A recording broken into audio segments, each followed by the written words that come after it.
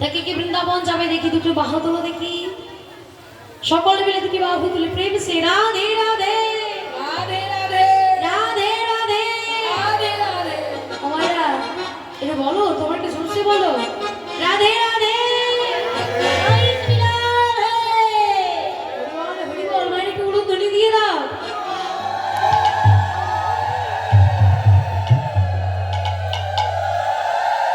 তাই গৌর হরি বল হরি বল হরি বল।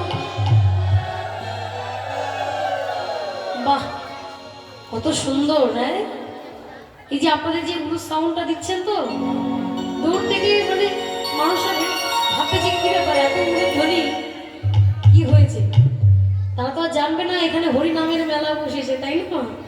হরি বল হরি বল। চলুন যাই মনে হয় শ্রীধাম বৃন্দাবন। তা বৃন্দাবন যেতে হলে তো একটু বিকল্প রাস্তা তো বাঁচতেই হবে, না হলে যাওয়া যাবে না, অনেকটা দূরের রাস্তা। আমরা শর্টকাটে যাবো, তাই না?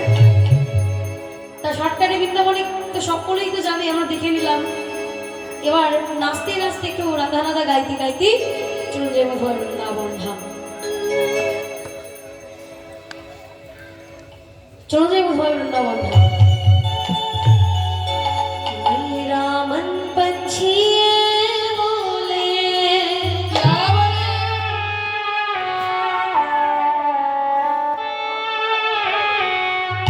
ओरे वृंदावन जाओ, ब्रज की लता पतंग में राधे राधे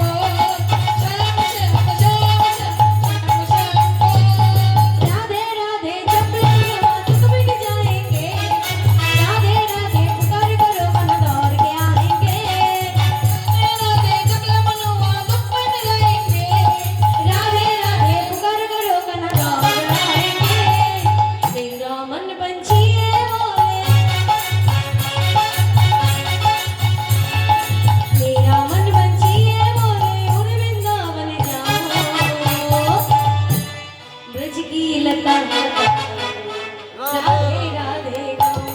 রাধে রাধে গাও, সা সা গাও। রাধে রাধে গাও, সা সা গাও। রাধে রাধে গাও, সা সা গাও। রাধে রাধে গাও, রাধে রাধে গাও, সা সা গাও। রাধে রাধে গাও, সা সা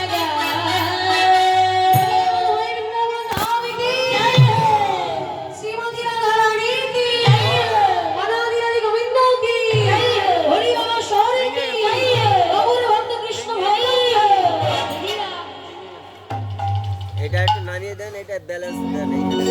আমরা চলে এসেছি মনে হয় যে ধাম বৃন্দাবন। এবার আমরা ব্রজ লীলার আস্বাদন করবো। হরিবল হরিবল। আজকে প্রভাত কালে মা যশোমতী কানাইকে রেখে চলে গেছে যমুনা তটে জল আনবার করে। কানাইকে দায়িত্বে রেখে গেছে বলরামের হাতে। বলি বলরাম, এই রাম শোন, এই দেখ আমার কানাই তোর হাতে অর্পণ করে গেলাম। দেখিস বাবা, আমার কানাই তো বড্ড দুষ্টু, একটু চোখে চোখে রাখিস যেন খারাপ কিছু করে না বসে। বলা যায় না, বাচ্চা ছেলে কখনো কাকে কি বলে খেয়ে ফেলবে, তখন এক বিপদ। তুই চোখে চোখে রাখবি। তুই আবার ওই উঠোনে নড়ি টড়ি আছে, ওইদিকে আবার লোভ দিয়ে খেলে চলে যাস না। বলরাম তো আবার একটু খাওয়ার খুব ইয়ে ছিল তো, মানে ননি মাখন ঘি ছানা এসব পেলে তো কথাই নেই।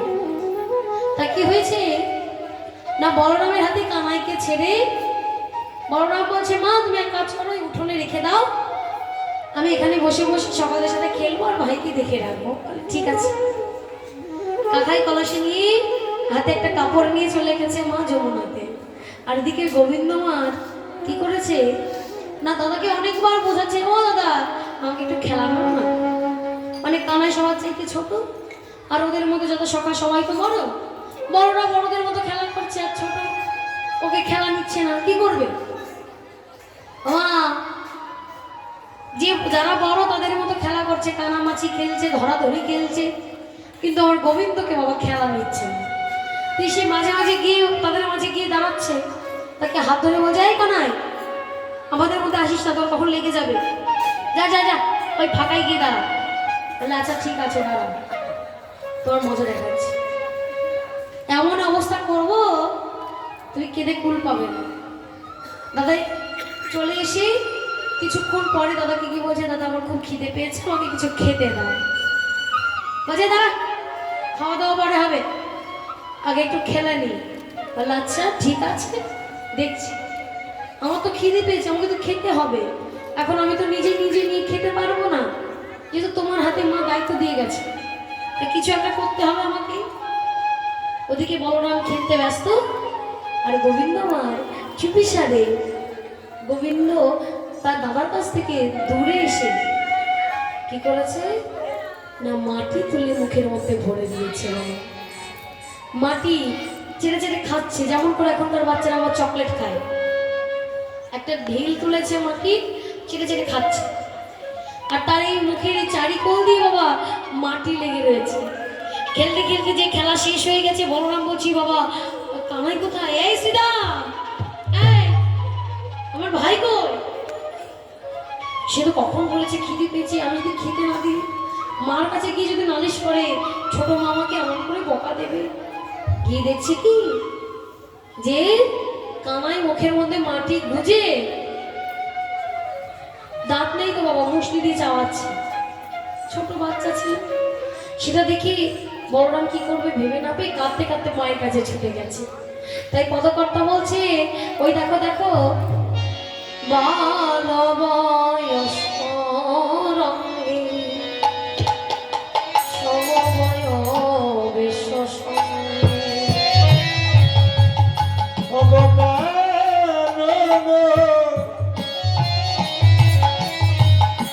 গোপাল রঙ্গে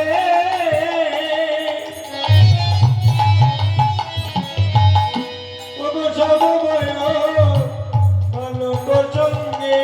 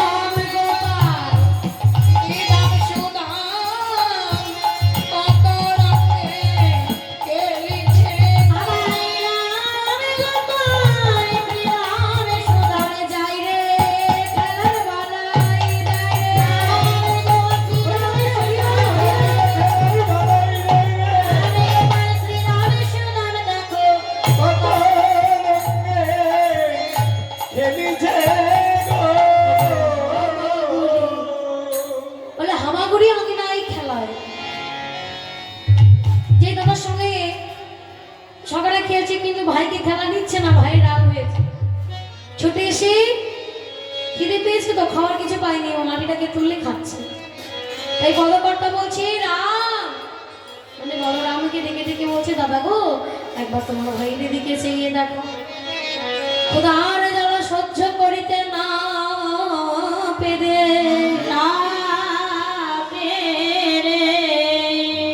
কেমনই আমার ননির চাইতে নরম গোপাল ওই কঠিন মৃত্তিকা তুলে তুলে খাচ্ছে।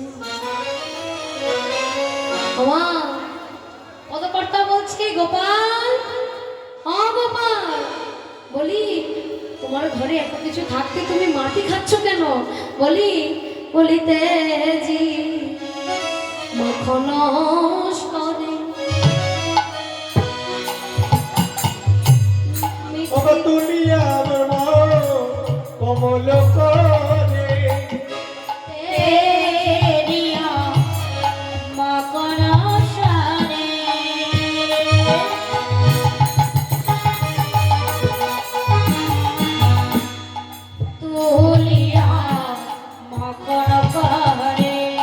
আমার আমার গোপাল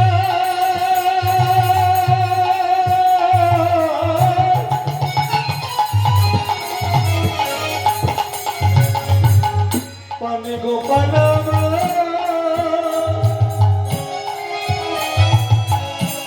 আমার আমার আমার গোপাল ওগোটা দিয়া মাখন সরে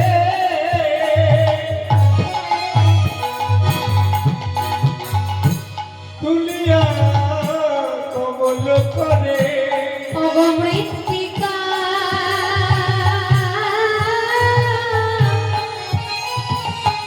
মনের সুখে আই গো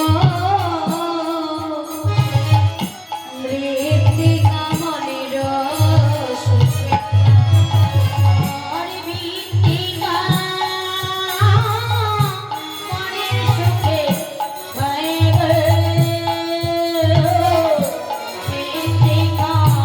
মনের সুখে আই গো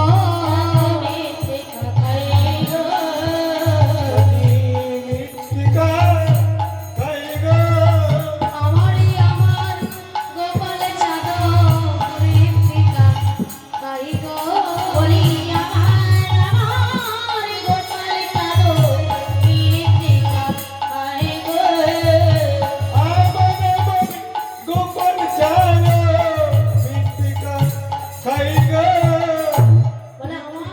গোপাল সোনা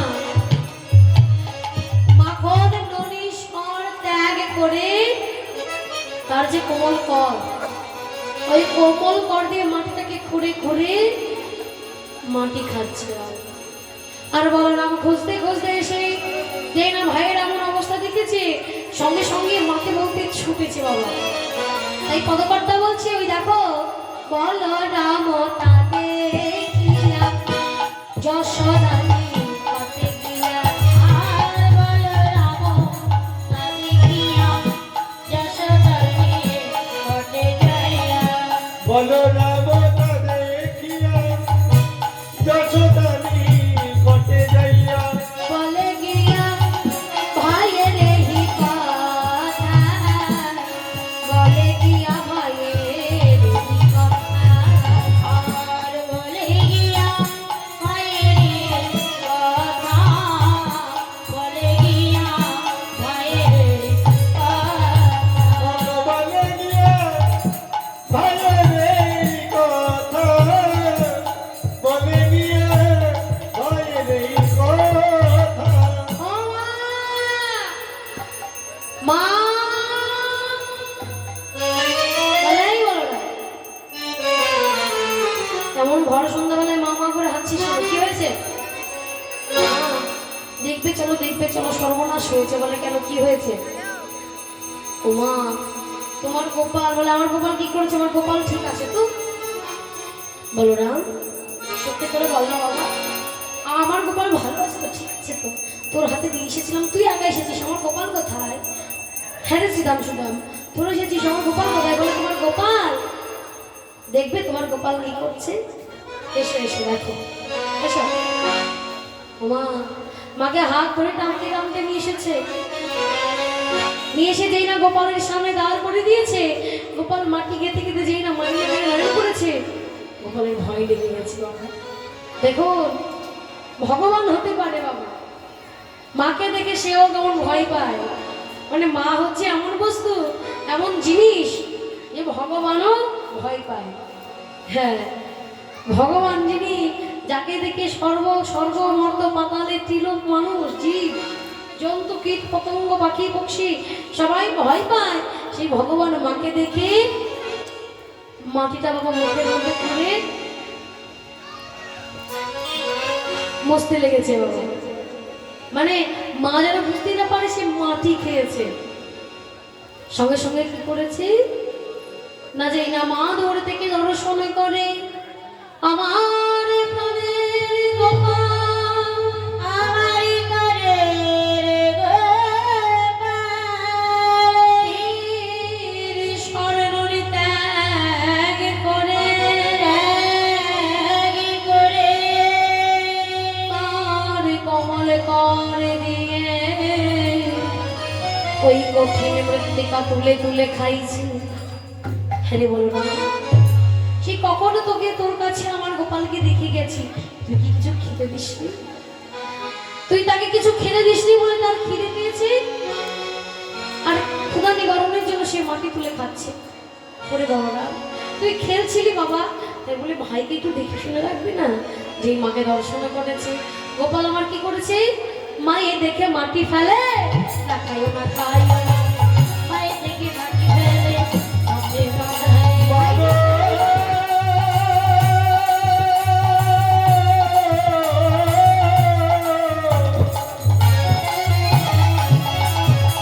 ভাই দেখি মাটি ফেলে, না খাই না খাই বলে।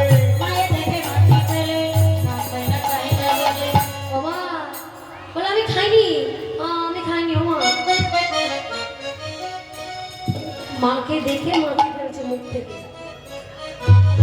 বলে মাই দেখে মাটি ফেলে, না খাইও বলে আমি খাইনি। ওমা, আমি কিছু খাইনি। বলে থাম দাঁড়া দেখছি, হাঁপা তো দেখি। বলে আমি তো খাইনি, আমি হাঁ করবো কি? সত্যি করে বলো না, নাই কেন মাটি খাচ্ছিলিস তুই? তোর খিদে পেয়েছে, দাদাকে বলবি না? তুই আমার 7টা নয় 5টা নয়, একমাত্র আমার ধন, আমার মানিক, 7 রাজার ধন তুই, আমার নয়নের মণি। সেই তুই রাজার পুত্র হয়ে মাটি খাচ্ছিস, লোকে দেখলে কি বলবে? ছি ছি ছি ছি ছি।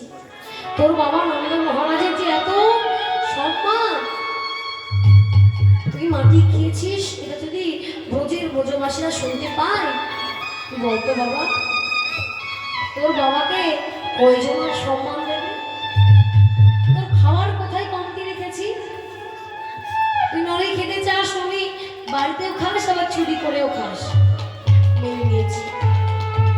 ও বাবা, তুই খাওয়ার জিনিসটা তো খা, তুই অখাদ্যটাকে খাচ্ছিস কেন? তুই মাটিটাকে খাচ্ছিস কেন? মাটিতে কত নোংরা আছে তুই জানিস? কত জীবাণু আছে।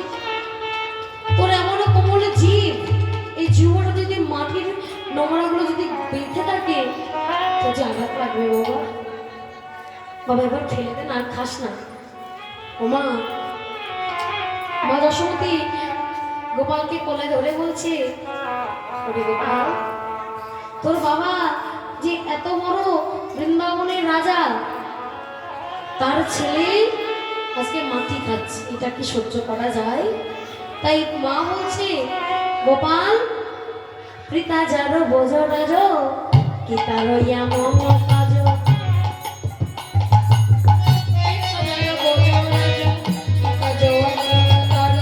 পিতা যার বোঝ রাজ, কি তার এমন কাজ, আজ শুনিলে পাইবে মন দুঃখে, শুনিলে পাইবে মন দুঃখে, শুনিলে পাইবে মন দুঃখে। আর দেখিরে নব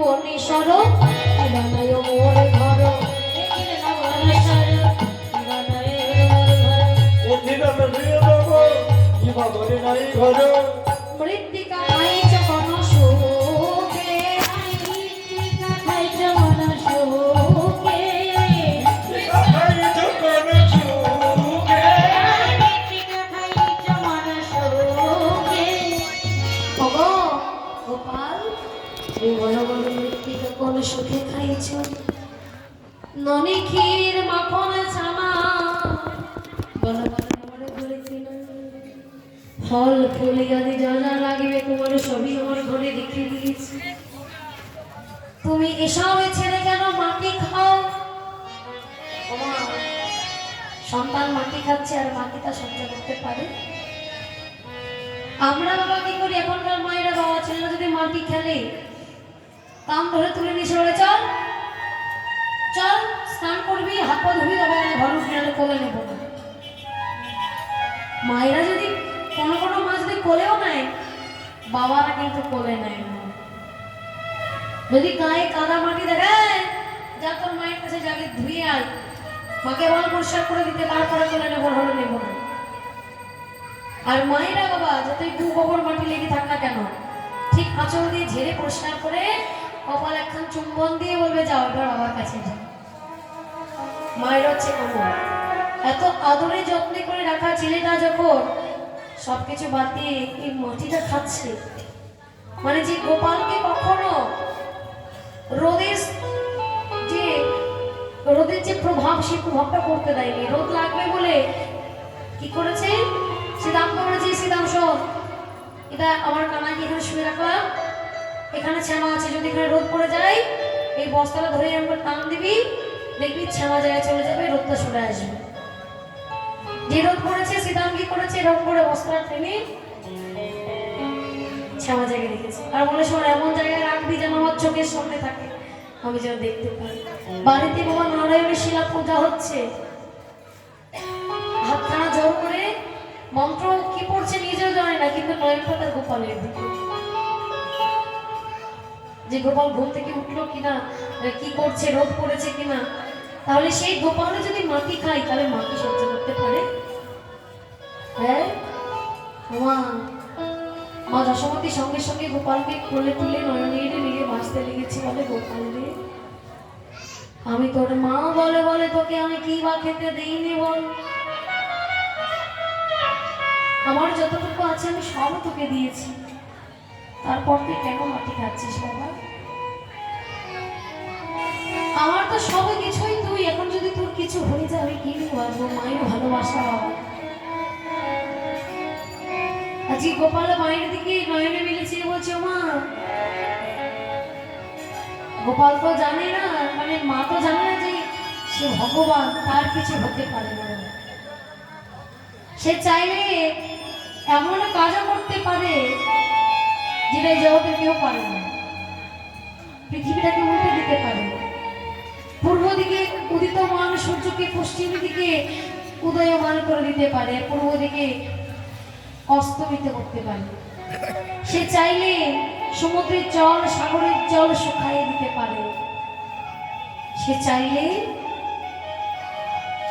আকাশের তারা চন্দ্র একত্রিত করতে পারে, সূর্যের দাহিকা শক্তি নিভে দিতে পারে। আর তাকে মাটি আর কি করবে বলো?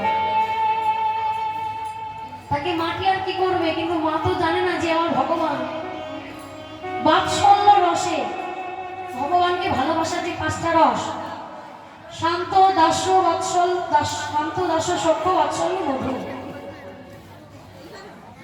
ওমা, যখন মন্দিরে আসি, পূজা যখন হয়, আমরা কি করি? প্রসাদগুলোকে কোনো কাপড় দিয়ে হবে ঢেকে দিই, তাই না? কেন ঢেকে দিই? না এই প্রসাদের উপরে যেন বাইরের কারো নজর না পড়ে, এটা গোবিন্দ সেবাই লাগে। আর সেই প্রসাদটা যখন আনি, যখন আমরা বাবা মাথায় করে যখন কিছু আনি, কলসিতে করে বা হাঁড়িতে করে, এভাবে ছেড়ে দিলে হাঁড়িটা কিন্তু পড়ে যাবে, ধরে আনতে হবে। কিন্তু যদি বেনি বাঁধা যায়, বেনির উপরে যদি রেখে দেওয়া যায়, মাথা নড়াবে তাও পড়বে না, একটার উপরে তুমি তিনটে চাপাবে তাও পড়বে না। পদকর্তা বলছে কৃষ্ণ ভজনে বাবা এমনই, ওই শান্ত রসটাকে বেড়ে বেঁধে তোমার মাথায় রাখতে হবে। তারপরে দাস্য রসের ভজনা করতে হবে। দাস্য, সখ্য, বাৎসল্য, মধুর, চারটি রসের তত্ত্ব সাজিয়ে গোবিন্দ সেবায় নিয়ে যেতে হবে। হরি বল, হরি বল। এই চারটি রসের ভজনা বাবা সবাই চারজন করেছিল, চার রকমের ভক্ত। দাস্য রসের ভক্ত যেমন হনুমান আছে, মীরাবাই আছে। সখ্য রসের ভক্ত শ্রীরাম, সুদাম, দাম্ভ সুদাম, অর্জুন, তাই না? তারপরে বাৎসল্য রসের মা, ত্রেতা যুগে মা কৌশল্যা, দ্বাপর যুগে মা যশোমতী, কলিযুগে মা সচিমা। প্রত্যেকটা মা, এই যেখানে যতগুলো মা আছে প্রত্যেকটা মা বাৎসল্য রসের ভক্ত। আর মধুর রসের ভালোবাসা বাবা আজ পর্যন্ত দুজনেই ভালোবেসেছিল। এক শ্রীমতী রাধারানী আর এক হচ্ছে তার বোন চন্দ্রাবলী। তাই গৌর হরি হরি হরি